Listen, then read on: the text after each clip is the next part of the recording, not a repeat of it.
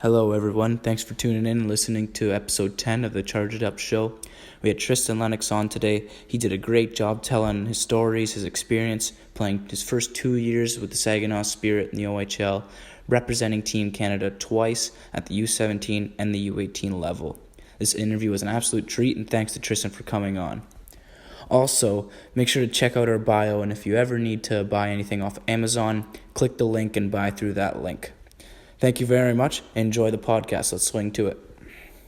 Welcome back to episode 10 of the Charged Up Show. Today we have another really cool guest, and Matt's going to intro him up. We have Tristan Lennox, starting goalie for the Saginaw Spirit, played for Team Canada in the U17 Cup, and he's probably our most prestigious athlete we've had yet, so it'll be a cool interview. So let's get started. Okay, just to start off, we asked everyone in the OHL this. Take us through your minor hockey. Just a brief minor hockey and the steps you took to get where you are now, just for the listeners who don't know who you are.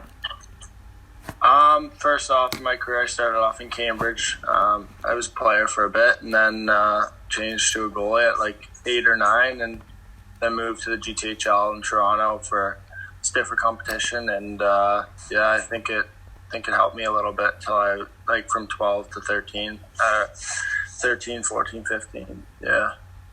So I was there for minor Bantam up, I believe. Cool. So how was the transition between player to goalie? Was that always something in the back of your head that you wanted to play in, or did you did it just come up? For sure, yeah. When I was watching hockey, I was a big fan of Marty Brodeur, and I always watched him and tried to model my game after him and stuff. So I always wanted to be like him. So I thought it was pretty good. I think before we hop into the junior talk, a lot of people listening to this are hockey players, right? That most of them have played minor hockey and are still playing minor hockey or juniors right now. What was the culture like going from Cambridge to Toronto to play minor hockey? Way more hectic for sure. Way more politics, way more everything. Really. The rinks were bigger, the competition was better. I mean, there's obviously good players in the Alliance, and the Alliance is growing.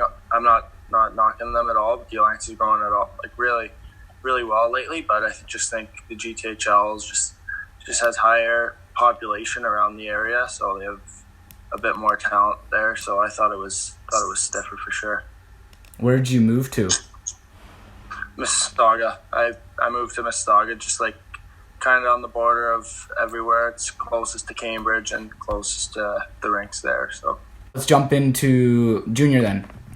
We've asked, I think we've talked about this 2 or 3 times. What was your transition to junior like as a goalie? We've heard players' opinions, the size, the skill, the speed. How was that transition as a goalie? What did it take you to adjust to as a goalie? I think the biggest thing was kind of the speed and the shots. It was training camp, my first practice. After all the scrimmages and stuff, we finally had our first team practice, and a 19-year-old 20 guy would come down the slot and just rip one, and I'd be like, whoa, it's a pretty hard shot. I wasn't expecting that. Going up against guys my own age to 4 or 5 years older than me was pretty different. So their shots were better, and just the speed of the game too. The way they move with the puck and shooting in stride and stuff like that was tougher for sure. Yeah, for sure. How do you say you would adapt to that? Did you have any good training to kind of adjust to the speed? Or yeah, I think my goalie coaches kind of helped me with that a little bit, the goalie coach in SAG and my goalie coach from here, Matt Smith. But also I think part of it just comes with getting used to the speed and the shots after a little bit, and then once you're used to it, you're kind of maturing as a player, so you get used to it a little bit. So your first year was in Brantford, right? Or your first half year? Yeah. What was it like playing in Brantford? We're all pretty familiar with Brantford, but they're Tier 2 team. Yeah, it was pretty awesome. I mean, the organization's great.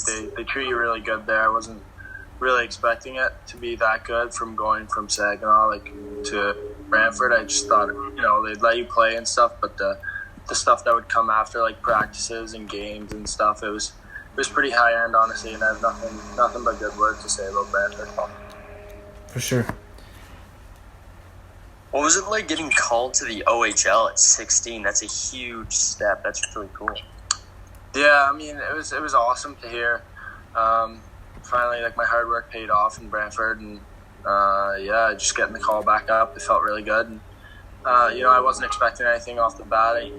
Going in as backup, young guy, I just thought, play my role, and whenever they call me, I'll be ready and just try to work my hardest all the time. So I thought it was pretty cool. Do you remember That's that? awesome. Do you remember that moment, like where you were and stuff? Yeah, I was actually in the car. We were driving to a game for Brantford, and they called me, and they had a game in the Sioux the next day, and I was like, okay, Sioux's 9 hours away. I have a game tonight, and so I was just kind of confused. So they had to fly me out in the morning all the way to Sioux with my dad, because I was still 15, so I didn't really go by myself because I couldn't drive or anything. So yeah, they flew us out to the Sioux, and then picked us up from the airport, got us our own hotel room, like, got us everything, and then from there on, like, I actually went into that game too, and I went in the third period, like, that was probably the coolest moment for me. Like, Barrett Hayton came down the slot and just took a shot, and the crowd, like, kind of was into it, and I caught it, so it was pretty cool for me to be able to do that. Would you say that was your welcome to the OHL moment? We've asked pretty much every OHLer that. Do you think that was the moment where it was cool for you and that kind of signified it? It was for sure one of them. But yeah, I think the playoffs, that it was definitely my welcome to the OHL when you're facing like 5 or 6 NHLers the next year. So it was pretty cool. Yeah, we'll definitely hop into that. But that was cool to hear. People don't realize that behind the scenes, that all of a sudden you're getting flown out to the Sioux when you would never expect that. It just happened so quickly. Yeah. So yeah, let's hop into the playoffs. So let's like run that series through for Keith and Nathan. Like, I was obviously watching that season, but them being football guys and guys who aren't familiar with that, you want to run them through it? Yeah. So we came off of a 6-game series with the Sioux. We beat them 4-2 in that series, and Guelph was coming off a 7-game series with London. They came back from 3-1, and so we thought, they're pretty gassed, and we got off to an early 2-0 lead in the series, and then, in the second game, we were down 2-1, and they scored 2 back-to-back goals, like, in the third period, and we were kind of upset. Our goalie was clearly upset too. So then Suzuki comes down the ice and shoots it, and our goalie, like, takes the puck and bats it out of the off the ice, like, into the crowd and stuff. And you're not allowed to do that. It's like 5-game sussy. So I was just kind of sitting on the bench, and I was like, okay, what's gonna happen here? Like, am I going in or what? And then, like, all the guys are kind of looking at me, and I'm just sitting there because I don't want to move at all. Like, I'm just, like, so nervous. Crowd's bumping. Like, we're down 2-1. There's, like, 7 minutes left. And, so the coach, like, looks at me, and he's like, you got to go in. So they escorted our goalie off. And, I kind of went in from there. And we ended up coming back and winning that game 3-2 in overtime, I believe. And it was just crazy to hop in there. That was probably the welcome to the OHL, like, just having to be ready at all times, and with 5,000-6,000 people there, like, packed building, like, it's the loudest building I've ever been in for sure. And it was pretty cool, like, to hop in there. I think I had like 2 shots, but it was pretty cool for me to go in there and have fun. That's really cool. Yeah. So Guelph Storm at that time was one of the most stacked teams. Yeah. How was it like playing them? Was that? Were you a lot nervous for that?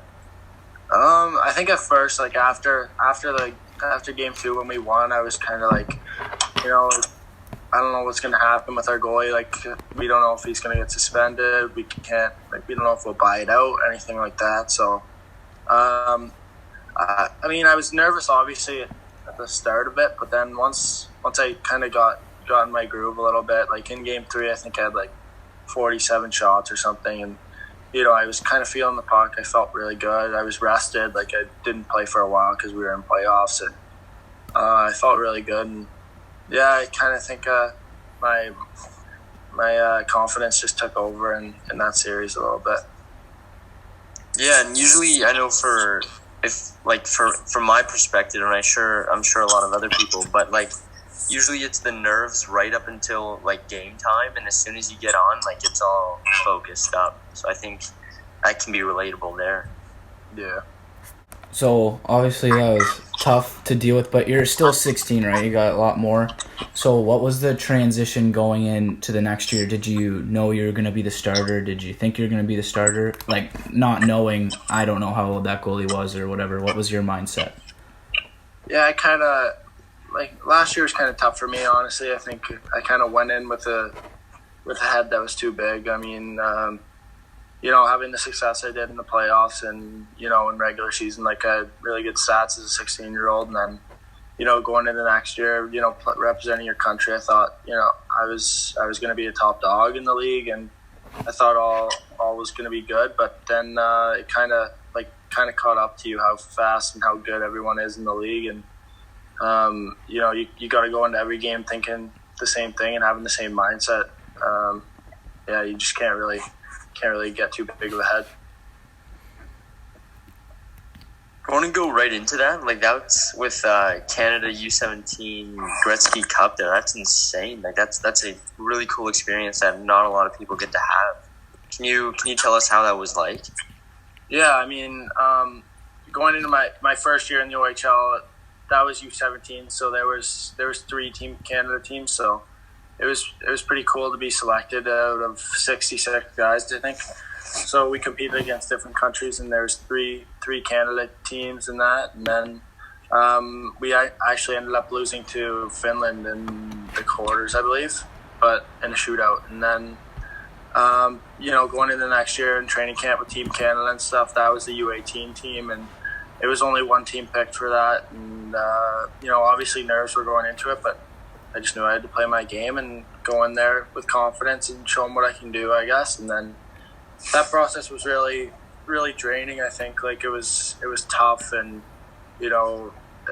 really nerve wracking. But once they came to your door and knocked on it and had the camera and stuff and said you're part of the team, you're part of Team Canada, it was probably one of the coolest moments in my career. Just having that feeling of shaking the GM and the coach's hand, and they bring you down and you get all the team gear, team shirts, shorts, everything, you name it, they give it to you all, Nike dry fit. It's sweet, you get everything there.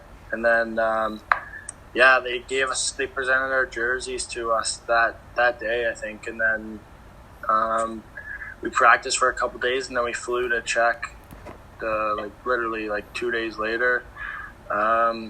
It was practice for 3 or 4 days, I think, and then we got into the games, and it was pretty hectic at first. Jet lag, and the rink in Czech, it was 40 degrees in the rink. I swear the ice was melting, and you have to drink 2 bottles of water a period, or else you'll just be dehydrated, lose 10 pounds a game. For sure. I went into that and I was 200 pounds before that tournament, and then I came out with 187. Jeez. Wow. It was insane. The food there's different, everything, but it was pretty cool. Well, playing in another league is one thing, but playing in another country is a whole new experience. What was it? What country did you like playing the most? I think when we played Czech, the first game we played Finland, then second we played Swiss. I think we beat them pretty handily, and then the third was Czech, the home country. So we were we went into that game and not knowing what the crowd was going to be like, because we're just young, U18, we're pretty young. We didn't know if they were going to support their country, and then we skated out onto the ice for warm-ups, and I swear I couldn't you couldn't even hear yourself think. The crowd was packed, everyone in the building was hammered, it was dancing around, blowing horns, you couldn't hear anything, and we're stretching on the ice, oh my god, this is pretty cool. And actually I had a shutout going into 5 minutes left, and then the Jan Mysak, he's probably going to go pretty high this year in the draft. He came down and shot it, and I kicked the rebound right onto this guy's stick, and they ended up scoring, and the crowd went nuts. So That's crazy. Wasn't able to keep him quiet, but I tried. So. Yeah, that's the one thing about goalies that I really like respect in a way, because it's all like a mental game too. Like compared to players, like you have to be like right in the right mindset to really like get your like game solid down in like no matter like what environment you're in or like how good are the players against you. Like you really have to like zone in. I mean the players for sure as well, but I feel like the goalie would be like most tricky to zone in. What are some ways that you find that work best for you? I think just keeping your head in it the whole game. Like I realized my first year and last year that you can't take a second off. Like it's too fast and you can't think about something else. You got to be dialed in the whole game. And once you do start thinking, your mind starts wandering. Like you're gonna get beat. It's just simple. Like you can't start thinking about personal stats, like all this stuff. You gotta just focus on winning. That's the main key, I think.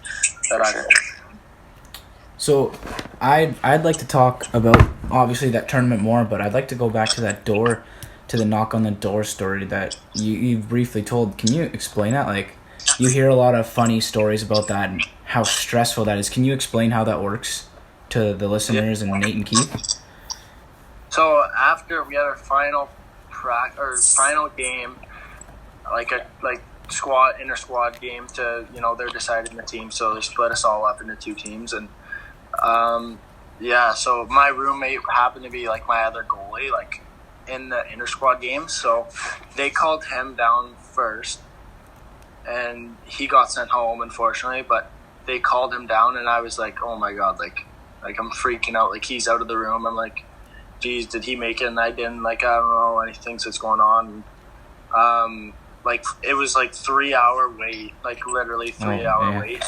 Wow. And I'm just and they take your phones, right? So you're just sitting in your room, like pulling out your hair, like trying to find something on TV, doing nothing. Like it's pretty crazy. Like they take your phones because they want you to focus or whatever. So it was just crazy. And then finally, the GM comes and knocks on the door, and I'm like, oh no, like my tie's over here, like my pants are undone, like everything's going. And then I go open the door, and there's like this huge camera there with the coach, the GM, the hockey operations guy. Like they're just all there, and he shakes my hand and he's like, "Welcome to Team Canada." And it was pretty cool, and I felt really, really good to be a part of it. Wow, that's pretty surreal. Yeah, that's crazy. That's a cool story. I'm glad I asked. Yeah. So the other thing I want to talk about the tournament. Let's jump in about the semis and the finals.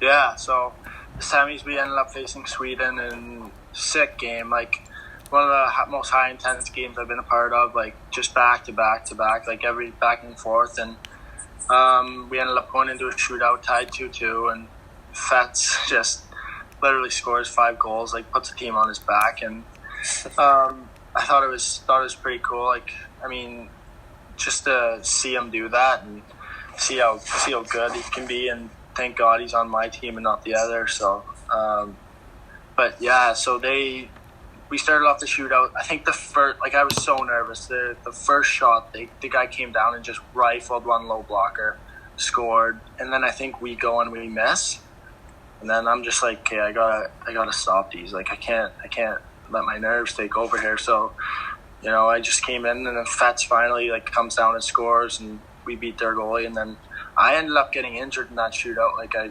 tore something in my knee. It was my patellar, I think, but I ended up getting injured. I stayed in it, and then I had 2 more shots, I think, made 2 more saves, and then Fats buried to win it.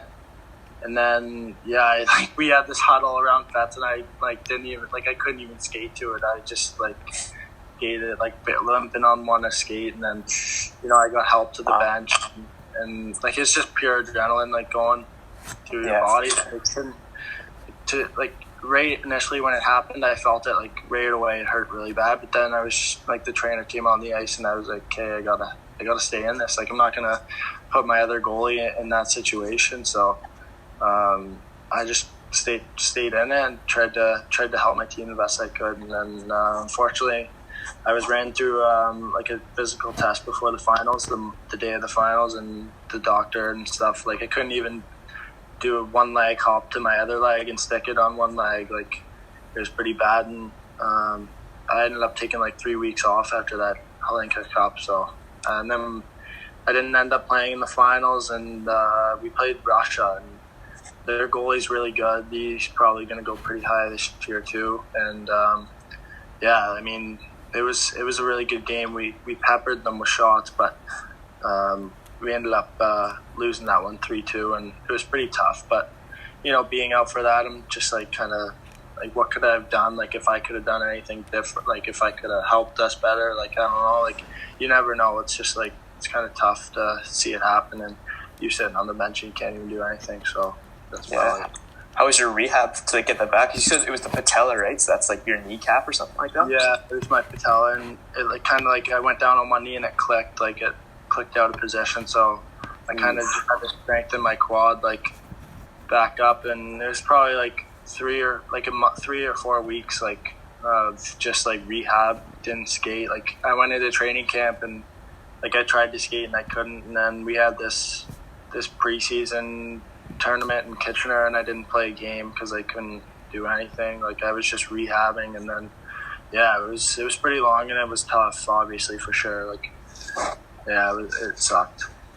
I'd like to talk about Cole Perfetti. I had this marked in our notes, and he obviously said him scoring 5 goals or 4 goals in that shootout. That was, to me, I love watching him, and that was so cool to watch. Like to be a part of that must have been awesome, but that must have been so much cooler because he's on your team. Like, did that make it a lot cooler to have him with you?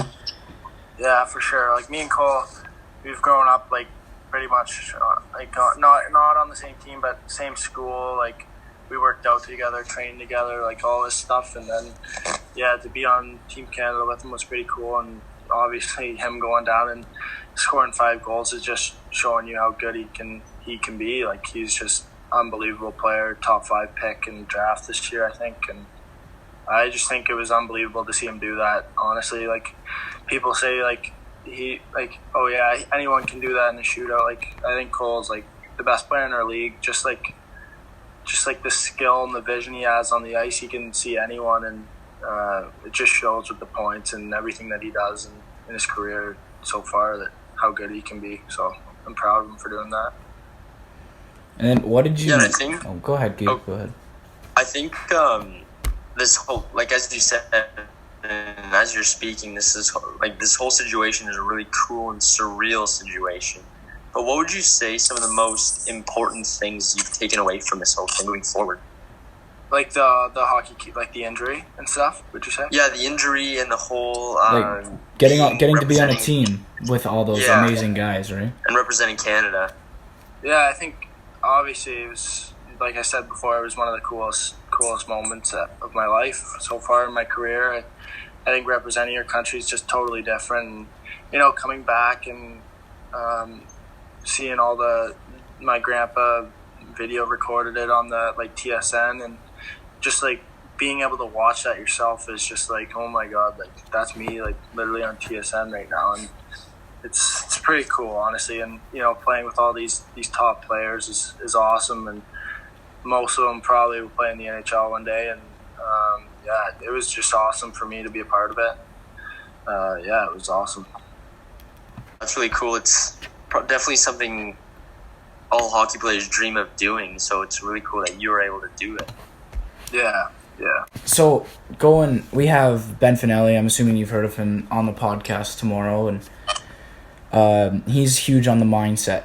His thing is Heroic Minds. He does podcasts and stuff. We talked a little bit about the mindset, but I think it's very interesting to talk about, and we can take what you say and talk about it with Finelli. But being a goalie, it's such a mental game. I'd say it's way more mentally challenging than a player. Like exhausting. You said having a focus all game.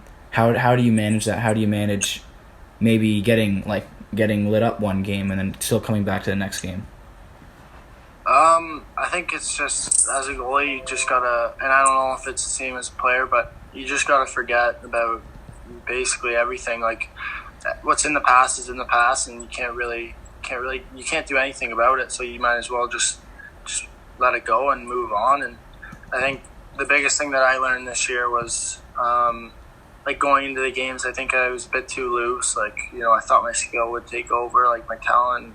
We were a good team, and I thought we could, I could be loose and do it, like without focusing and stuff. But then towards the end of the year, I kind of got in my groove and got more focused because we were getting closer to playoffs, and I wanted to do everything I could. So before every game, I would just like get into this space in my mind, like during the national anthem or like when I'm stretching, like just tell myself like what I'm gonna do this game, like speak it into existence sort of, and just tell myself I'll play every puck I can, like make the simple saves, don't try to do too much, like all this stuff. And I thought that really helped me, like the last 6 or 7 games, I think really helped me. So that's probably the biggest thing, and that'll stick with me, I think. I was gonna say, yeah, so we're kind of at the end of our question list here, but I think it's important to take away too at the end of what did you learn from all this experience you have that you're gonna take into your your upcoming season in the OHL? I think a couple of the biggest things I took was just always stay focused. Like, just you can't let the moment pass by you. Always be grateful for everything. Like just always stay in it. Like you can't really let anything get to you. You gotta work harder than everything else, and yeah, you just gotta stay dialed and do whatever you can to be better than everyone that's next to you, and try to help your team as much as you can. No, yeah, that's a really good point. I'm sure the Saginaw Spirit are really gonna enjoy hearing that as well.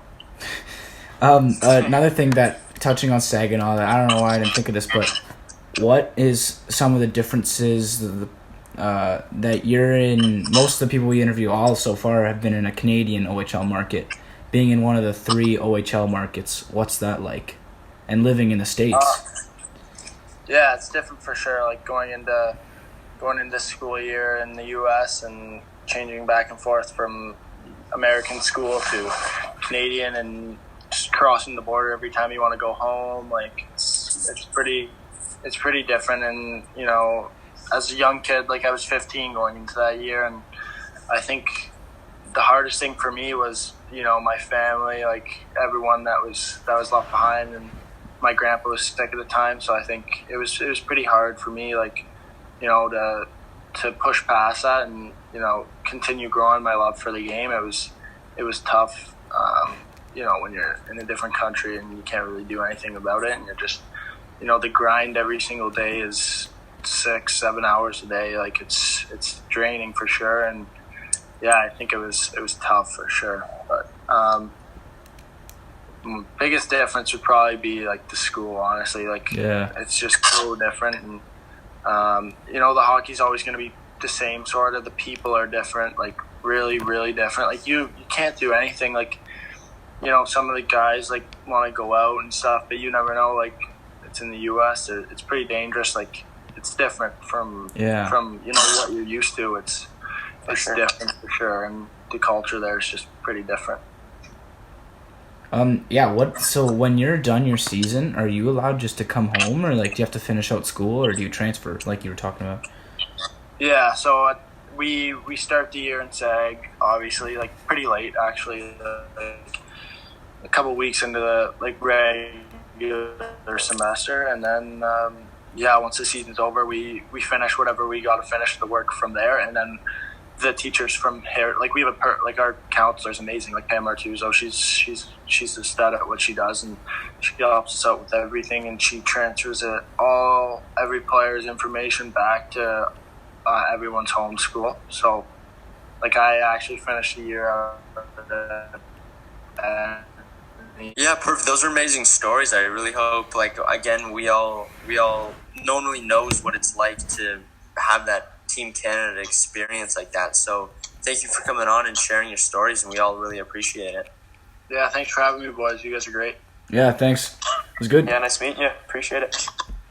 All right, see you, boys. Thanks. All right, take care. See you later, man. Thanks for listening to this episode. Thank you one more time to Tristan for coming on. Such a good time with him.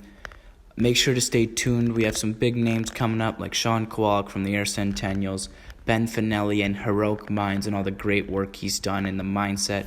And he also will talk about his experiences in playing hockey and learning and how that drove him for his mindset.